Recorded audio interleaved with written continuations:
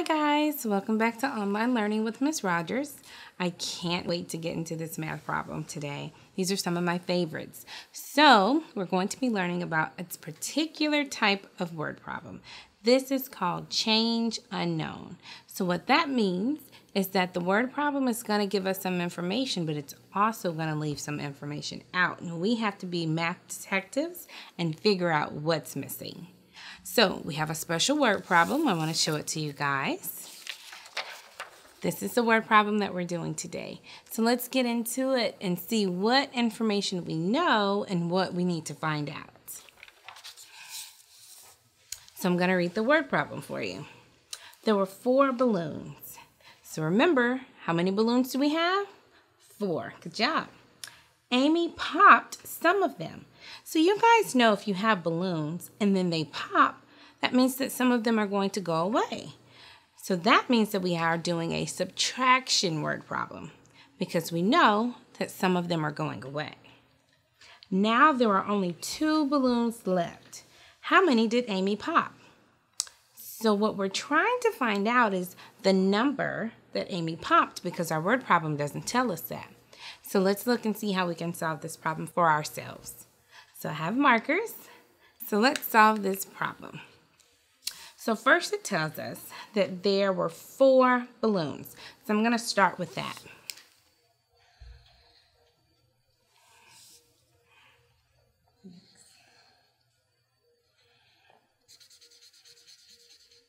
I like to make sure I give good details in my pictures.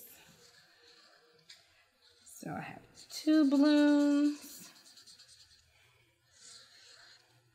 3 balloons,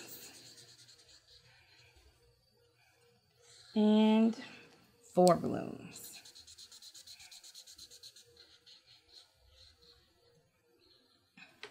So here we go. There were 4 balloons. Check. Amy popped some of them. Now there's only 2 balloons. So one way that you can solve this problem is by counting the balloons that they tell you are left. It tells me that there's 2 balloons left. So I'm going to count 2 balloons. 1, 2. So now I know that I have to get rid of all of the other balloons that are still there. 2 balloons are left, so I'm going to circle those 2. And all the other ones were the ones that Amy popped. So I wonder what this would look like in a number sentence. I can help you with that. So we started off with 4.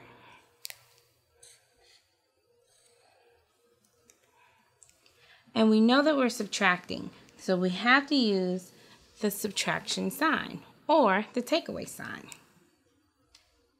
Now what we don't know is this number. And we know that we had 2 that were left. So we started off with 4 balloons. Amy popped some balloons, and now we only have 2 left. So we did the draw it strategy to figure out what the unknown number is here. And it looks like the unknown number is 2.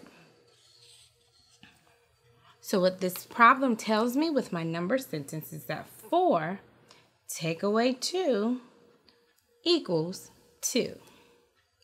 It's as simple as that. I always like to use the draw it strategy when I'm first starting out. It helps me visually see the problem, and then I can physically count the pieces that are still there. This is a great strategy to use if you guys are at home and you don't have manipulatives available. So this was, again, a subtraction change unknown word problem. And I have another one for you guys. So we're also going to look into a change unknown, but if it's not subtraction, then it must be addition. So this one is addition. Here we go. Let's read it together and figure out exactly what we need to do to solve this problem.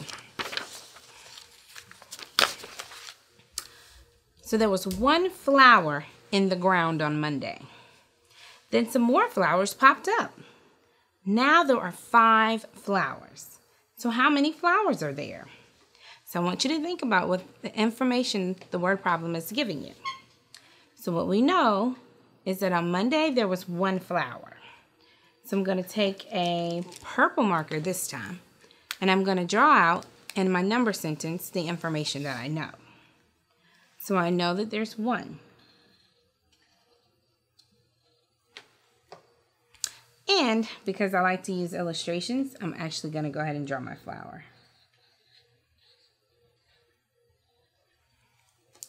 Okay, then some more flowers popped up. Now there's 5 flowers. It didn't tell me how many flowers popped up. It only told me how many I now have. So I know the number for this side. So I have 5 flowers. So I'm going to draw those 5 flowers.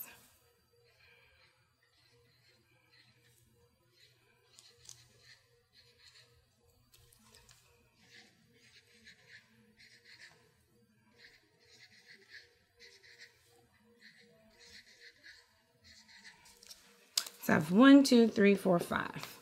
So we started out with 1. More flowers came up out of the ground. And then that gave me a total of 5 flowers. So I have to figure out how many flowers popped up out of the ground.